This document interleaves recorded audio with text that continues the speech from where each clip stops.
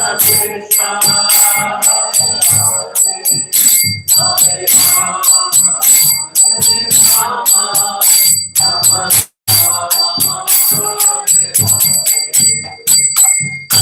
Vishnupad, Paramahamsa Parivra, Jagacharya, Shtoter, Shtata Shushimad, His Divine Loving Grace of Aicharna, Ravinda Bhaktivedanta Swami Srila Prabhupada Ki, Grantaraj Srimad Bhagavatam Ki, Gita Gora Premanande. All glories to the assembled devotees. All glories to the assembled devotees. All glories to the assembled devotees. All glories to Sri Sri Guru, Sri Gauranga. All glories to Srila Prabhupada, Srila Prabhupada Ki Jai.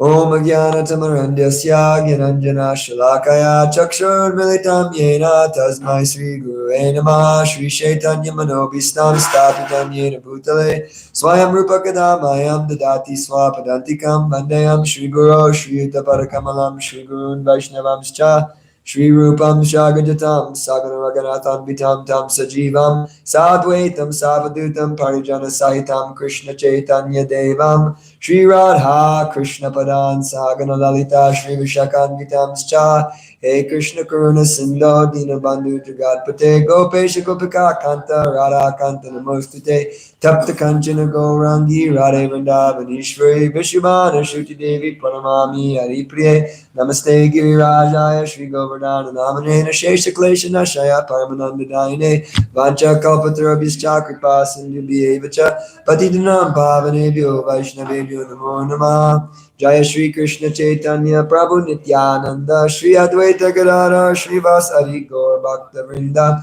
Hare Krishna Krishna Krishna Hare Hare Hare Rama Rama Rama Hare Hare. If you hadn't noticed, there's this huge tree right here is being trimmed right outside the tent door. There's a big crane and some guys up there, so everybody's got shoes out there, I guess. Okay. Don't hang around out there under the tree. When the class is over, if you're going to get your shoes, stay under the overhang and we try to go way around. Thank you, Prabhu. Hare Krishna. Okay, so reading from Srimad Bhagavatam, Canto 4, Chapter 24, song sung by Lord Shiva, text number 72. Om Namo Bhagavate Vasudevaya. Om Namo Bhagavate Vasudevaya. Om Namo Bhagavate Vasudevaya. Om Namo Bhagavate Vasudevaya. Om Namo Bhagavate Vasudevaya. Om Namo Bhagavate Vasudevaya. Narayanam Namaskritam Naram Chaiva Narottamam Devyam Sarasvatim Vyasam Tato Jayam Mudirayat Nastapreshu Bhadreshu Nityam Bhagavata Shevaya Bhagavate Tamashloke Bhakti Bhavati Naishtaki. Hare Krishna. To welcome all my dear devotee well-wishers from El Paso and Lakshmi Kanta Prabhu. It's always been a huge encouragement for me every time I go to Sedona. It's been encouraging me. And so we'd like to welcome our nice devotees from Albuquerque, Govind and Manani, okay. And El Paso devotees, so see everybody. Thinking you guys weren't going to come. So, for the sake of time, it's a long purport. I'll read the verse, we'll repeat, we'll do the word for word, and then I'll just read the translation one time. Idam aha purasmakam Bhagavan Vishvashipati Brigvadinam Atmajanam Sisrikshu Samsirshiksatam. Pardon, my voice is a little bad today from the ecstatic Rath Yatra yesterday. Idam aha purasmakam Bhagavan Vishvashikpati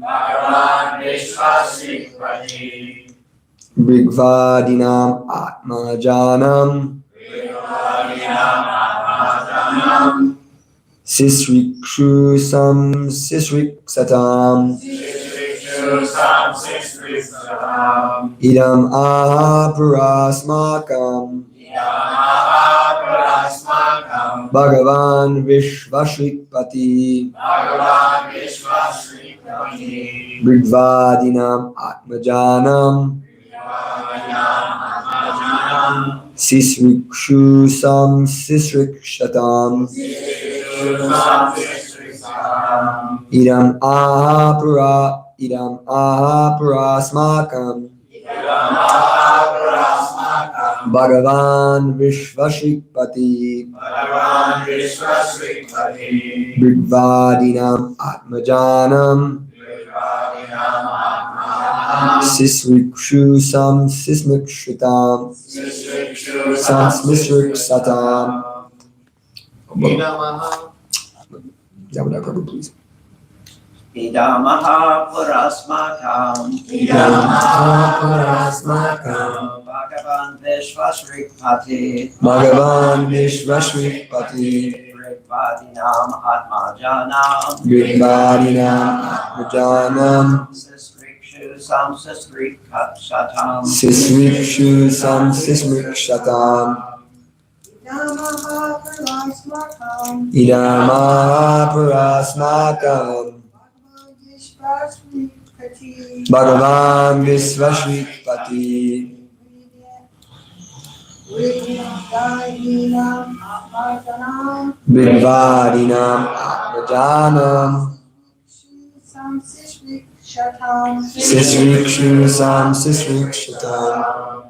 Idamaha Purasmakam. Idamaha parasmakam. Bhagavan Vishvashrikpati. Bhagavan Vishvashrikpati.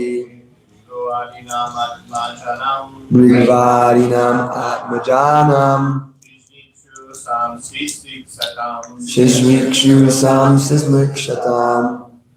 Idamaha parasmakam. Idamaha parasmakam. Bhagavan Vishvashrikpati. Bhagavan Vishvashrikpati.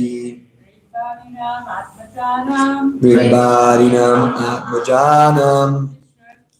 Sam Sisrikshatam. Sisrikshu sam sismikshatam. Idam aha purasmakam. Idam aha parasmakam. Bhagavan Vishvashrikpati.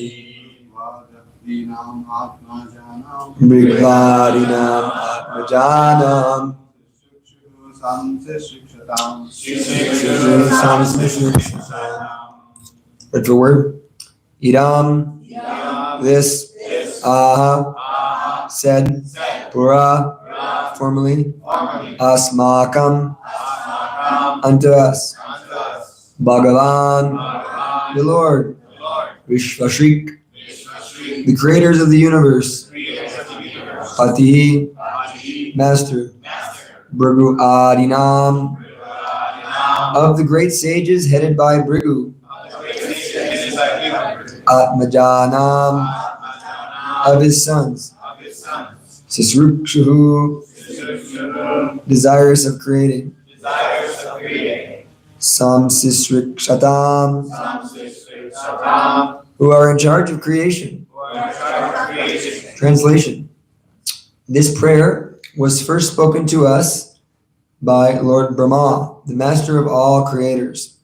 The creators, headed by Bhrigu, were instructed in these prayers because they wanted to create. Purport. Lord Brahma was created by Lord Vishnu. Then Lord Brahma created Lord Shiva and other great sages headed by Bhrigu Muni. These great sages included Bhrigu, Marichi, Atreya, Vashishta, and others. All these great sages were in charge of creating population. Since there were not very many living entities in the beginning, Vishnu entrusted Brahma with the business of creation. And Brahma, in his turn, created many hundreds and thousands of demigods, not demidogs. That's who we saw last night. Demigods and great sages to continue with the creation. At the same time, Lord Brahma cautioned all his sons and disciples by reciting the prayers now recited by Lord Shiva. The material creation means material engagement. But material engagements can be counteracted if we always remember our relationship with the Lord, as that relationship is described in these prayers recited by Lord Shiva. In this way, we can remain constantly in touch with the Supreme Personality of Godhead. Thus, despite our engagement in the creation, we cannot be deviated from the path of Krishna consciousness. The Krishna consciousness movement is especially meant for this purpose. In this material world, everyone is engaged in some particular occupational duty, which is prescribed in the Varnashram Dharma. Brahmanas, Kshatriyas, Vaishyas, and Shudras, and everyone are engaged in their occupational duty. But if one remembers his first duty, keeping in constant contact with the Supreme Personality of Godhead, everything will be successful. If one simply executes the rules and regulations of the Varnashram Dharma, and the role of a Brahmana, Kshatriya, Vaishya, or Sudra, and keeps busy and does not remember one's eternal relationship with the Lord, one's business and activities, as well as occupational duties, will simply be a waste of time. This is confirmed in the first canto of Srimad Bhagavatam. Dharma swanirtita pumsam vishvakshena kata shriyan parayadyathiratim shrama evahe kevalam. The conclusion is that even if one is busy executing his occupational duty, his business in Krishna consciousness need not be hampered. He has simply to execute the devotional service of Shravanam Kirtanam, hearing and chanting and remembering.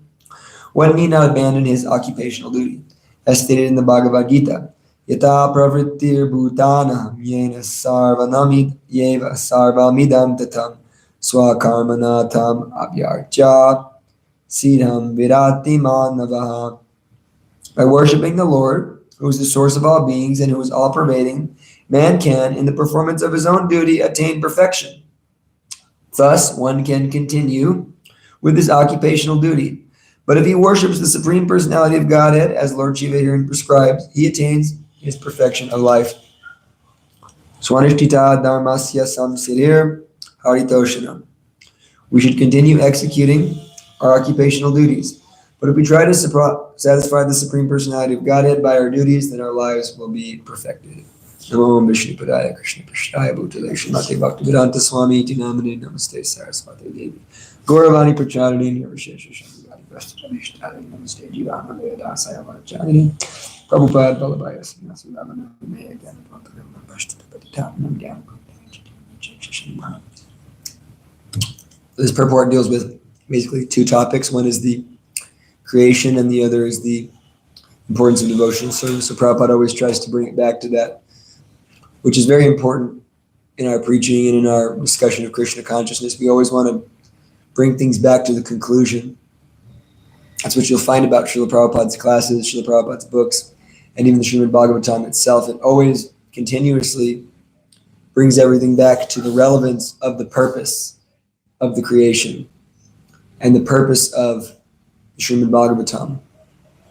So one of those important understandings is that the Srimad Bhagavatam has a purpose. It's not just a series of cool stories.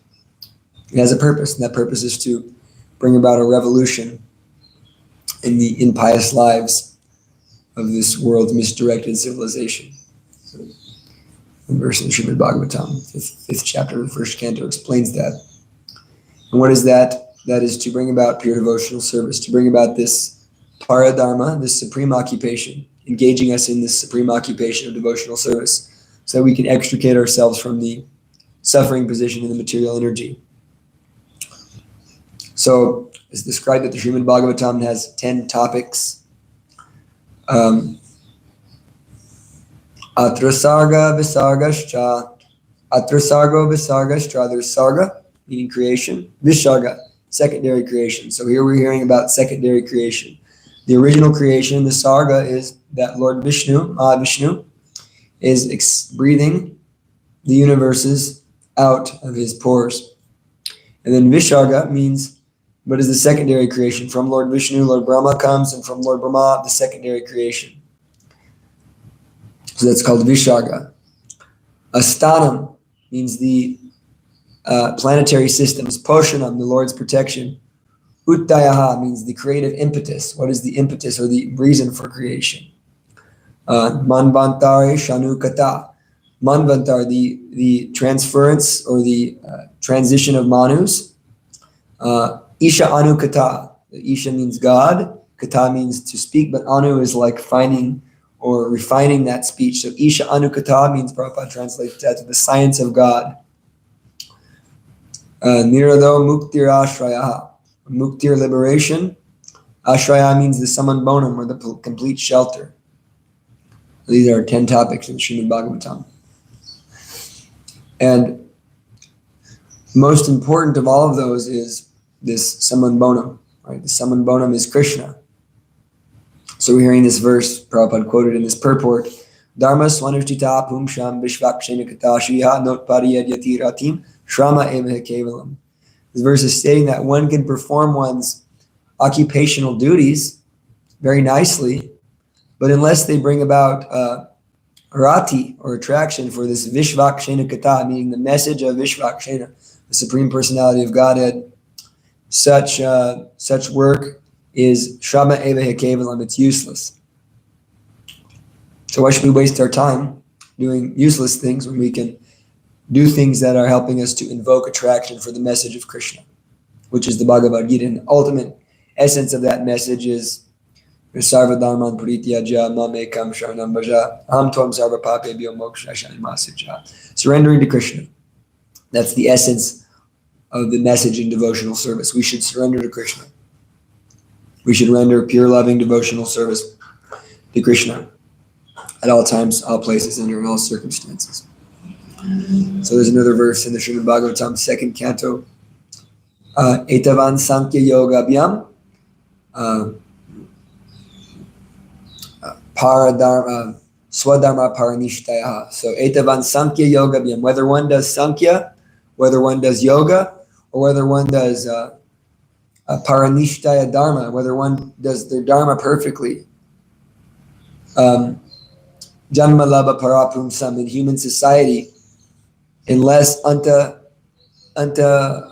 smaranam narayana, ante narayanam smriti, unless one remembers Narayan at the time of death, ante, at the time of death, then it's useless. So the goal of all those is ultimately to remember Narayan at the time of death. So we should always have the goal in mind, which is an important way to keep focused. And for Gaudiya Vaishnavas, that goal is more beautiful, more brilliant, and more wonderful than the goal of most practitioners of spiritual life. We were in the Krishna Cove a few weeks back. I think you were giving class. We had one nice guy who comes to the temple regularly. He's a real practitioner of meditation. I guess he's like taking some kind of vow of celibacy. Nice guy. But he was saying, we were, of course, quoting Harinama, Harinama, Harinama, Eva Kevalam, Kalo, Nasteva, Nasteva, Nasteva, Nasteva, Gatir Anyata. We're saying this Harinam is the only way. He was saying,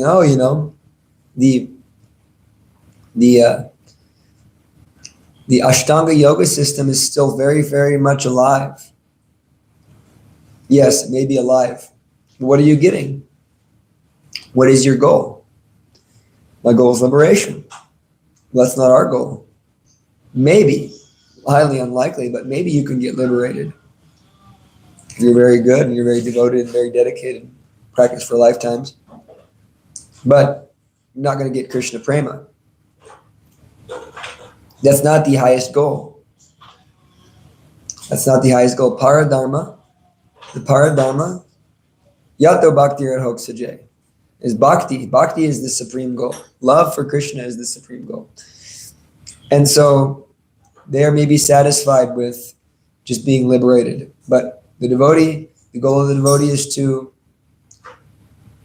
enter into Krishna's pastimes, to conquer Krishna. See, because we are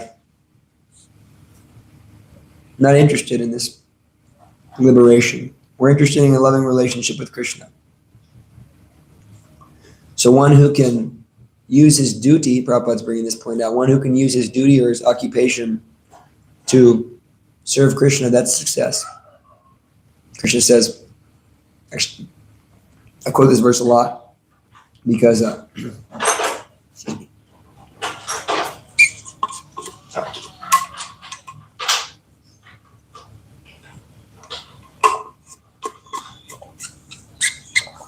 I quote this verse a lot because when I was in Vrindavan 2 years ago, Prahladananda Swami Maharaj was giving class, and I asked him, how do we deal with the hard stuff? Like when we're like a manager or when we're doing something where we have to deal with people and we have to be heavy with people or whatnot. And he said that he quoted this verse from the 8th chapter of Bhagavad Gita. Tasmat sarveshu kaleshu mam anusmaram yiddicha maya pritamano buhir mam eva shashisham shayaha. That simply remember Krishna while performing your prescribed duty of fighting or whatever your prescribed duty may be, and then you'll be successful. With your mind and intelligence fixed upon me, surely you will attain me without fail. So it's important to understand what is our primary duty, what is our second duty, what is our dharma, what is our paradharma. Arjuna, when he was being asked by Krishna, why are you not fighting? Arjuna gave good reasons not to fight. And he gave scriptural reasons not to fight. He was actually supporting his arguments to not fight and not to engage in Krishna consciousness with scripture. He was saying, well, if we kill the Kshatriyas, they're my seniors, they're my worshipable teachers, Drona and Bhishma. How could I kill them? And if I do kill them, it'll leave the women unprotected, which will bring bad population. And then my family will dwell in hell, and I'll dwell in hell in this life and the next life. And Krishna laughs at him. He says, though speaking learned words, you're mourning for that which is not worthy of grief. And our acharyas explain that. It says, smiling, the Supreme Personality of Godhead spoke these words. But why is Krishna smiling? Vishwanath Chakravarti Thakur explains that Krishna is smiling because he wanted to laugh at Arjuna, because they have a friendly relationship. But Krishna being merciful to Arjuna because he had surrendered to him, Krishna decided to smile instead of laugh. But had Arjuna not surrendered, Krishna would have laughed at Arjuna. Because though speaking these learned words, you're mourning for that which is not worthy of grief. So then Krishna begins to explain the higher dharma, what is called Bhagavat dharma, what is the basis. And Krishna starts by explaining this basis of bhakti yoga, these very important verses to understand deeply within our heart. Tvevaham jatu naswam natvam nimijana dipa nachaiva nabhivishama sarva. Never was there a time when I did not exist, never was there a time when you didn't exist, nor any of these kings, nor in the future shall any of us cease to be. And famously, Krishna explains that as the soul transfers from one body to another body, explains reincarnation, says that we shouldn't be disturbed by such transference. And so immediately Krishna is bringing focus on the goal, because before we realize this goal, before we act in this capacity of what is the goal, we have to understand ourselves as who we are. Because what is the goal of a body? The goal of a body is sense gratification, then you die. We hear that all the time in the material world. Get all the gusto you can, enjoy so much sense gratification. What is it? Eat, drink, and be merry, then you die. Or sometimes you hear that one, life, so you know what, then you die. For those who aren't getting good sense gratification. So the body is it's a death march. Every day we're just walking to our grave. That's the whole ultimate destination of the body. But when we focus in on the soul, then we can realize there's a higher dharma, there's a higher position, there's a higher realization, there's a higher way of living, higher way of thinking, there's a higher goal, there's a lot more options, there's a lot more beauty available in that life of the soul. So Krishna is kind of focusing us or bringing us to that point. And so you'll notice that Krishna is using different levels of dharma in the Bhagavad Gita. First off, he says, happy are those Kshatriyas whose such fighting opportunities come unsought, for they open the doors to the heavenly planets. So why is Krishna encouraging Arjuna via heavenly planets? He's saying, why aren't you fighting? You should be happy. You can go to the heavenly planets if you fight and if you die. Unsought, Krishna is saying. So Krishna is speaking to Arjuna on a lower level of dharma. Happy are those Kshatriyas whose such fighting opportunities come unsought, for they open the doors to the heavenly planets. And so then Krishna is speaking on these different levels. This is called, karma kanda.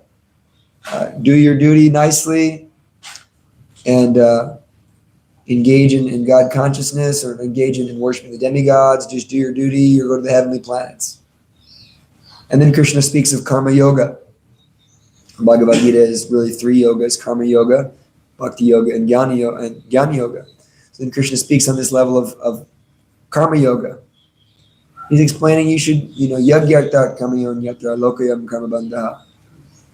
That you should just perform your duty as a sacrifice for Vishnu. Whatever you do for Vishnu. Yadashnasi yadjosi yadjidasi tatap. Yat grosi yadashnasi yadjosi dadasi yat. Yat tapasyasi kantaya tat grosamanarpanam. Whatever you do, whatever you offer, whatever you eat, whatever charity you perform, do that as an offering to me. Krishna is explaining you should do whatever you do for him. But Vishwanath Chakravarti Thakur in that verse, he explains that this is because Krishna was taking a step back. Prabhupada explains that verse as bhakti because everything Prabhupada sees is bhakti.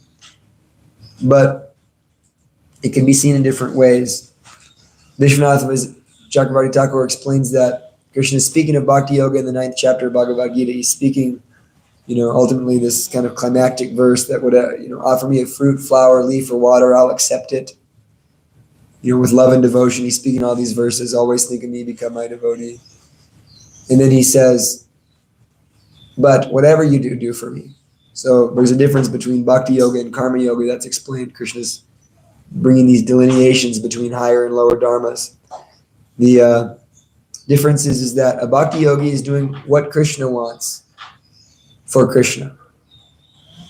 So the whole thing is an offering of love. The endeavor from the very beginning is offered to Krishna. Whereas in karma yoga, the result is offered to Krishna. I'm going to do what I want, and I'm going to offer the result to Krishna. And there's 2 types of karma yoga. There's sakam karma yoga and nishkam karma yoga. So sakam karma yoga is this karma yoga where I'm attached to the fruits of my activities. So I'm doing varnashram dharma while being attached to the fruits of my activities. Now I'm no longer attached. This is where this nishkam karma yoga, one begins to realize the preliminary for bhakti yoga. I'm not this body. That's the preliminary stage of doing bhakti. Actually, we have to realize we're not this body. So this is the process. Krishna is building up these higher and higher dharmas. But once you get to the 9th chapter, the 18th chapter, into the 18th chapter, Krishna is kind of expounding what is this supreme dharma. Once again, Krishna is saying, you should do it for me. Don't fight because of the heavenly planets. Don't fight because of liberation. Don't fight because you don't want to suffer. Ultimately, you should fight because I want you to fight. Surrender unto me. This is the real message Krishna is giving, the ultimate conclusion of Bhagavad Gita. So Krishna says, Brahma Bhuta Prasanatma Nasochati Nakankshati Samasarveshu Bhuteshu Mad Bhaktim Labate Param. That when one actually is situated on that transcendental position, one is not subjected to suffering, to lamenting, and to hankering. He sees all living beings with an equal eye, and in that state he attains pure devotion to me. So it's at that stage of really realizing we're not this body that we can really engage in Krishna consciousness. But the thing is if we just cut the middleman out and we just engage in Krishna consciousness right away, if one can actually perform pure devotional service properly, from the very beginning, the first thing they realize is they're not this body. Jani yashu vairagyam jnanam chayada haitukam. Sutta Goswami explains that by performing bhakti yoga ena sevate, by performing bhakti yoga, one develops immediate causeless knowledge and detachment. So that causeless knowledge and causeless detachment comes from simply taking the process of devotional service very seriously from the very beginning. That means chanting Hare Krishna. Chanting Hare Krishna, taking prasadam, hearing Srimad Bhagavatam. You do these things right from the very beginning. If you do them nicely, then you're already on the transcendental level. It's an immediate thing. So it's one of those things to kind of think about, that we think, yes, I'm on a very low level. I'm just a sadhana bhakta. But actually, to be a real sadhana bhakta is a very high level. Even a real beginning devotee is a very high level. So when one is chanting Hare Krishna very nicely and worshiping the deity very nicely and following the rules and regulations very nicely, then he's a real sadhana, real sadhika. Then he actually realizes these effects of devotional service. It's described that Rupa Goswami in the Bhakti Rasamrita Sindhu, he describes that there are 6 effects of performing pure devotional service. And the first one of those is Klesh Agni, meaning that material sufferings are destroyed by such devotional service. So if you're actually performing devotional service, you're actually really performing sadhana bhakti, that means you should experience very little suffering in your life. You should be happy. And the second one is Shubhata, means that all auspiciousness is bestowed upon the practitioner of that. So if we can simply take chanting Hare Krishna very seriously, chant nice rounds, and follow the rules and regulations nicely, with seriousness, and you hear the Srimad Bhagavatam, then those are the immediate effects, Kleshagni and Shubhata. Why is this Kleshagni? Agni means fire, Klesh means misery. Why is this fire and miseries are burned away? Why does this happen? Because one immediately realizes they're not this body when they perform bhakti yoga. So if we're all up and down and we're, everywhere in our devotional service, then we can understand that we've not really even come to the level of a sadhaka yet. We're still really practicing. We're still trying to hone into the level of really chanting nicely. So it's very, very important that we take the things that Srila Prabhupada gave us very seriously, because it's not very much.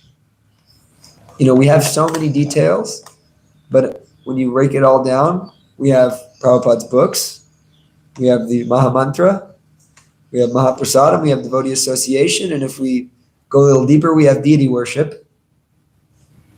But it's not very complicated. So the most important part of our day is our chanting of Hare Krishna. So we chant Hare Krishna very nicely.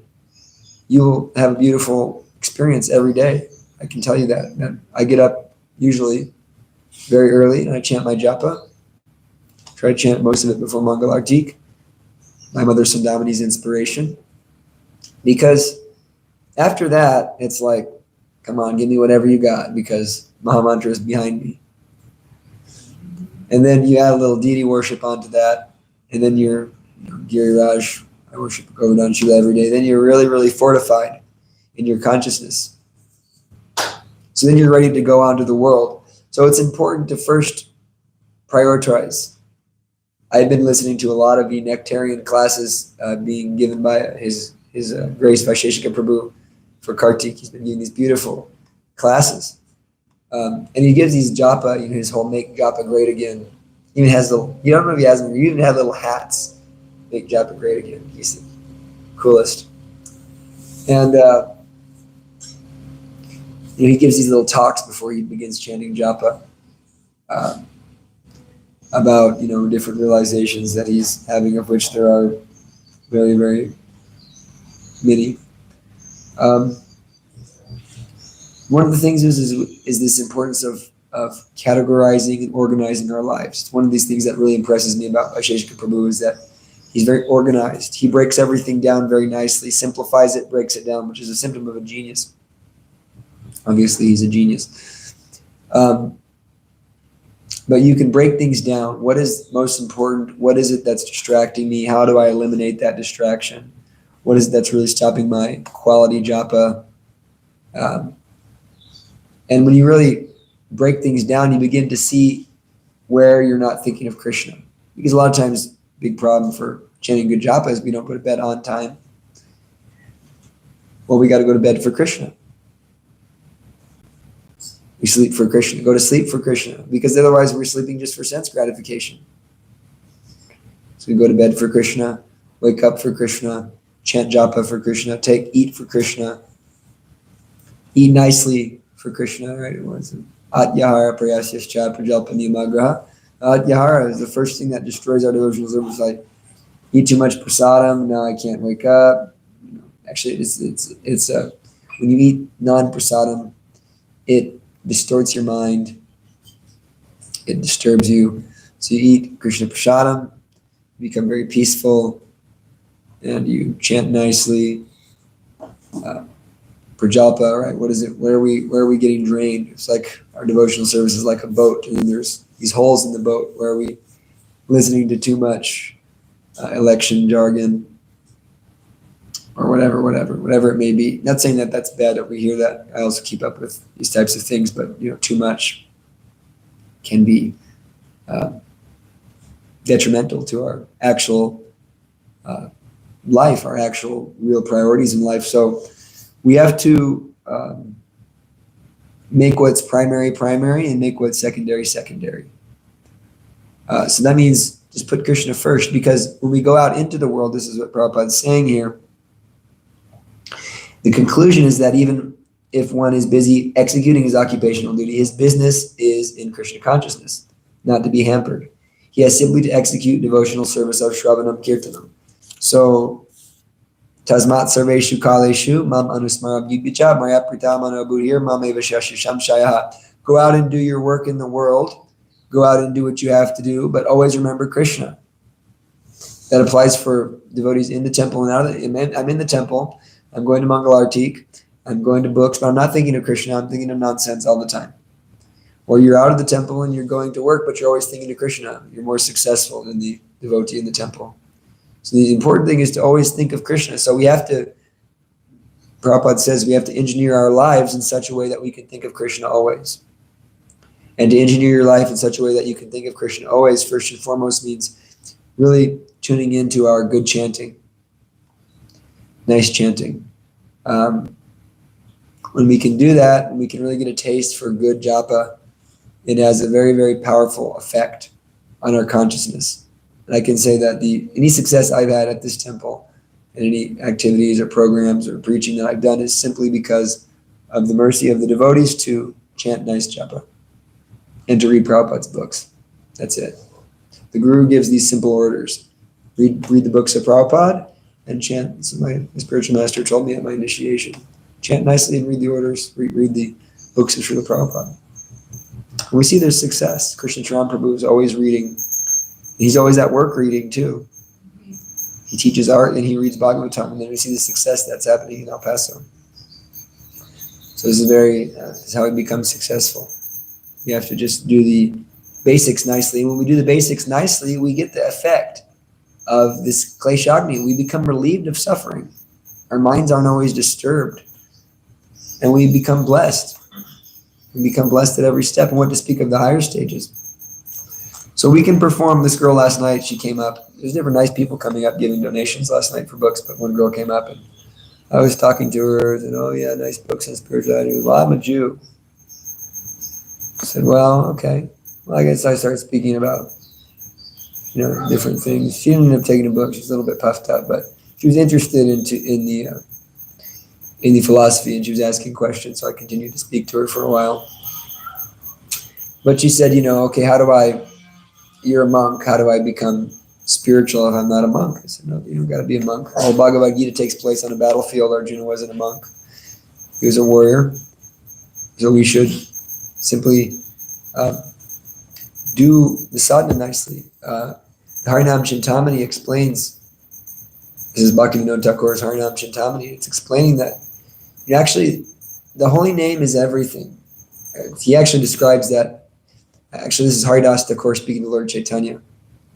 Lord Chaitanya is inquiring from Haridas Thakur about the glories of the holy name. And Haridas Thakur keeps repeating how this isn't coming, Lord Chaitanya is simply empowering him to speak. So we see that Lord Chaitanya is the source of all this bhakti, but he empowers certain devotees to become acharyas in certain fields of that bhakti. So we say Namacharya Haridas Thakur, of course, Rupa Goswami is the Rasa Acharya, and so forth. So Haridas Thakur is speaking, and he's saying that there's only really two things alive in the material world. This is a really fantastic thought if you think about it. The material world has two living energies. One of them is the jiva, and the other is the holy name of Krishna. So the jiva is alive, and the holy name of Krishna is alive. Everything else besides that is dead. It's matter.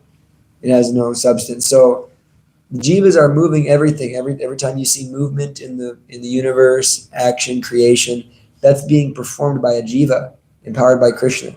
And besides those jivas, the only living force in the material world is the holy name. So the holy name that's why Sachinanda Maharaj has a book called The Living Name. because the holy name is alive. And so when you engage in this practice of the holy name, no matter what position you're in, no matter where you're at, Etanya Vidyamanana Michitam Makutabo Kobiyam Yoginam Nipurniratam Haranamanu Kirtanam. No matter where you're at, whether you're full of material desires, whether you're free of material desires, whether you're a yogi desiring liberation, simply chant Haranamanu Kirtanam. Chant the holy name of Krishna. And you'll become successful. And you'll become purified. And you'll become a pure devotee by associating with the holy name. So Bhaktivinoda Thakur, Haridas Thakur explains through the pen of Bhaktivinoda Thakur that one doesn't have to give up grihastha life, one doesn't have to give up the position they're in. One simply has to arrange their life in such a way that they can chant the holy name nicely. Because that is the real spiritual advancement, is our chanting. Chanting the holy name nicely. And so we're always going to miss out on the nectar unless we engage in this pure sadhana bhakti. So sometimes this, we can misunderstand the word pure devotee. It kind of comes here and there, it gets thrown around, and sometimes you hear, well, fanatical pure devotee is like God, and if he's not like God, he's not a pure devotee. And then sometimes that word, we can use it loosely. So there's scriptural understanding of that. We have to understand that there's a difference between pure devotees and super highly empowered acharyas like Srila Prabhupada. Prabhupada is more than just a pure devotee. He's a pure devotee, of course, but he's also filled with Shakti and purification and exceptionally pure.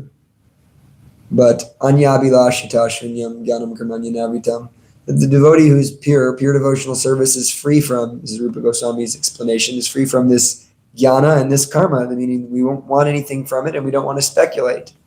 It's done in a way that we please Krishna. The goal is to please Krishna, and it's done following the footsteps of the acharyas. So anybody who's doing that can be considered a pure devotee. Like the example Prabhupada gives is there's, you want to be a mango, there's ripe mangoes and there's unripe mangoes, but a mango is still a mango. The unripe mango will become a mango.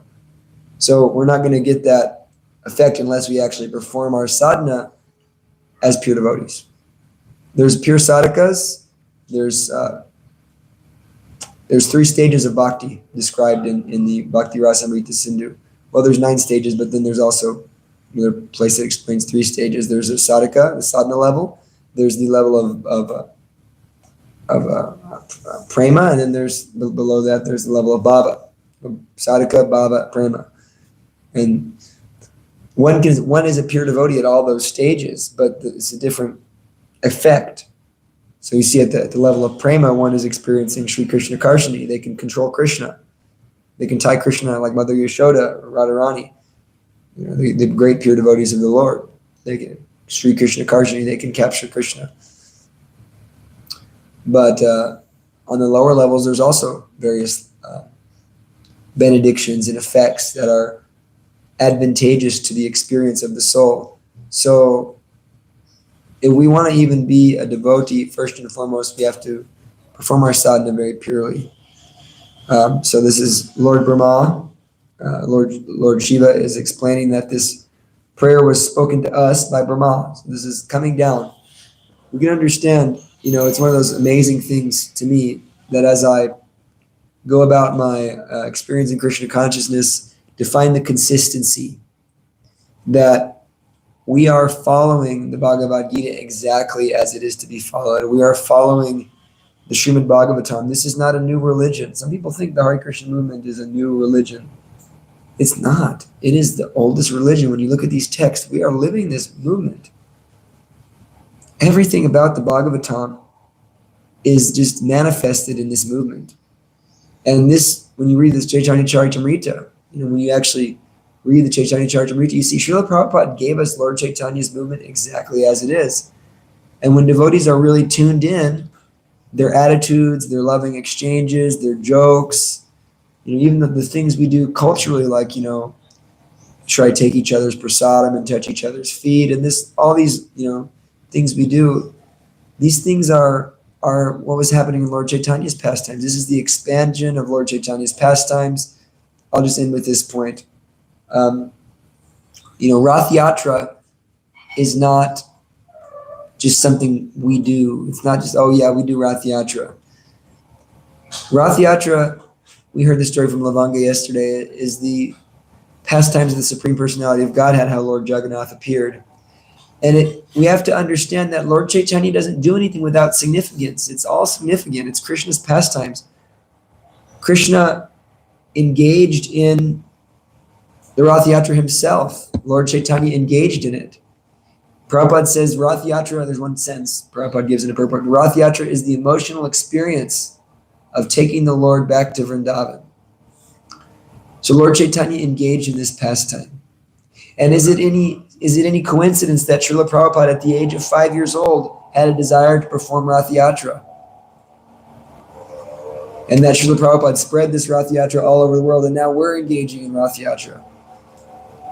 So this is the gift of Lord Chaitanya coming through his pure devotees, this Rath Yatra festival, to bring Krishna back into our hearts. The emotional experience of bringing Krishna to Braj and chanting the holy names. Lord Chaitanya and Lord Nityananda are here. Lord Jagannath, Baladev, and Subhadra are here. If we have the eyes to see, we can understand that this is no different from what you're reading in the Chaitanya Charitamrita. And if you actually develop that vision, you become very blissful. So it's very important, last point, that we see devotees properly. Because in Lord Chaitanya's pastimes, they saw the devotees very exalted. All the devotees treated each other with so much respect. So if we kind of minimize devotees to say, oh, Prabhupada's the only pure devotee, minimize, then we minimize our spiritual masters. Then what you're doing is you're minimizing the vision of a devotee. You're not seeing the actual exaltation of a bhakta. Anybody who walks in the door is an exalted soul. And if you minimize that, then you're never going to experience actual Krishna consciousness. You'll remain bitter, kind of trapped in ego consciousness, never really getting over that desire to be the best, desire to compete. But when you start to see all these devotees are associates with Lord Chaitanya, factually, no one can argue with me. Lord Chaitanya is right there. So anybody who comes in the temple is associated with Lord Chaitanya. So you develop that vision. It's like that devotee, very sweet, exalted brahmachari in Los Angeles. What's his name? Devavrata Prabhu. Whenever he just sees a devotee, it's just the humility. He understands the exaltation of devotees. It's really sweet to see. So we are here. We have this opportunity. We should take it very seriously. We can engage in Lord Chaitanya's pastimes the more we get into Krishna consciousness. And this is coming from Brahma all the way down to us as it is. We have it as it is. It's very enlivening and enthusiastic to think like that we're getting the real thing, the real deal. So thank you very much. Any questions or comments? Oh, Divya Mataji. So you're saying the Jiva soul is alive and the holy name is alive. But aren't we supposed to look at the deities as being alive? We don't want to look at them as just statues. Yes. Well, there's different things you can, actually there's different points made on that. I was just explaining what Haridas said. Yes, the deity is alive, it's Krishna himself. It's Krishna's energy, it's empowered by Krishna's energy. But in the Harinam Chintamani, it explains that the deities are brought with mantras, with the devotion, they're manifest. The holy name is independently Krishna. Now, we have different devotees that would say different things. There's different kind of opinions on that. I was just repeating as a point of meditation what Haridas, of course, said. As far as what we do, we always consider the deities Krishna. Any form of Krishna is Krishna himself. And in one sense, a higher sense, everything is alive. The deity is made of matter. The holy name is not made of matter. The jiva is not made of matter. But the deity is made of matter, but Krishna is infusing that matter with his internal potency. Therefore, we can... It's a difference. We can interact with it. Yeah. That's a good question. Yeah. That was a good question. And then another thing, Prabhupada, he always wanted us to chant really good rounds in the morning, but then sarcastically he said, then you can do anything you damn well please. Well, He didn't, Yeah, that's a good point though to bring up, because one of the things about the 10 offenses, it's not really, most of them have nothing to do with things we do while we're chanting. They have everything to do with what we do while we're not chanting. Right. And so yeah, do whatever you please, but can you do whatever you please without making the 10 offenses? Blaspheming the devotees, blaspheming the Vedic literatures. So these are things we do when we're not chanting. Otherwise, even putting this nonsense into our mind, it's going to affect our chanting. So we want to chant really good rounds. We have to live in such a way that we can chant. And that's a big part of, I've realized that so much over the years. That if you really want to do bhakti right, it's all about preparing. I always prepare everything the day before. I've learned that. I prepare all my puja paraphernalia. I prepare my japa place, my asana. I prepare my bead bag. I prepare everything so that when I sit down, I'm in the right consciousness. Rather than just pick up my beads and start chanting. And then everything is done very nicely. And the more you can prepare like that, you prepare your day so that you don't get distracted. The more you prepare, I even lay my dhotis out so that I can just really be in this bhakti mood. The more you prepare your life like that, the more it's easy to practice devotion service. Thank you. Prabhuji. Yes, Prabhuji. He has his hand up first. My question was sort of similar to hers. You said like the living beings and also the holy name are alive. Is that specifically Mahamantra, or does that include the bhajans when we sing literally the holy names of the Lord? All the holy names of Krishna. Okay, thank you, are Prabhupada. alive. Although the Harinam Chintami just delineates between primary names and secondary names. Primary names are names of God that deal with his personality, like Krishna, Govinda, Gopala. And secondary names are names that deal with his potencies, like Ishvara, Bhagavan, and so forth. And so it's recommended that we chant the primary names. Krishna Charan Prabhu. I was going to ask if you can share a little bit about your journeying to Mayapur pretty soon. What does the window into the spiritual world look like? Mayapur is Lord Chaitanya. That's what I'll say, is that one of the beautiful, I'll just share this, that when you go to Mayapur, you live there for a few months or, whatever, every one moment in Mayapur is incredible. That the holy Dham and the holy person, the holy personality of Godhead and the holy name are not different. And so when you're in the holy Dham, you can't help but always think of Lord Chaitanya. And it becomes so palpable. This is my experience, that when I remember Mayapur, I remember all the cars and rickshaws and, sounds, but I don't remember that. I remember it's a transcendental place. It's like you can just see slightly beyond that. It's Lord Chaitanya is right there. And sometimes you can get into this space where you can almost see him. I'm not saying you do see him, but we were doing kirtan. Indra Swami was leading kirtan in Mayapur, in a place where Lord Chaitanya actually used to walk. Scholars have agreed he used to walk down the Jalani. And Indra Swami Maharaj was leading kirtan, and it was like palpable. The Panchatattva was chanting with us. It was so incredible. So Mayapur is Krishna himself. It is the holy Dham. And when you're there, you create deep samskars, spiritual samskars, in that you remember Mayapur. You're always, how many nights, every night we're with Gurudev. We just talk about Mayapur for at least an hour every single night we're with him, because he just always speaks of Mayapur, pretty much all he talks about. He loves Mayapur. And so when you're thinking of Mayapur, you're thinking of Lord Chaitanya. And the Holy Dham has an effect on you that, to me, in my devotional service, was one of the most powerful things I ever experienced. I'm actually unqualified to really describe that and to get into that. It's too much. It's too overwhelming. So I'm leaving to Mayapur tomorrow to study some more. I ask all your blessings, because it's really, studying is so important to me, and it's allowing me to serve you better and serve the community better, because I like to speak, I like to talk a lot, so I might as well talk about something valuable. So I'm going to study Bhagavatam, asking your blessings and mercy. Thank you all very much.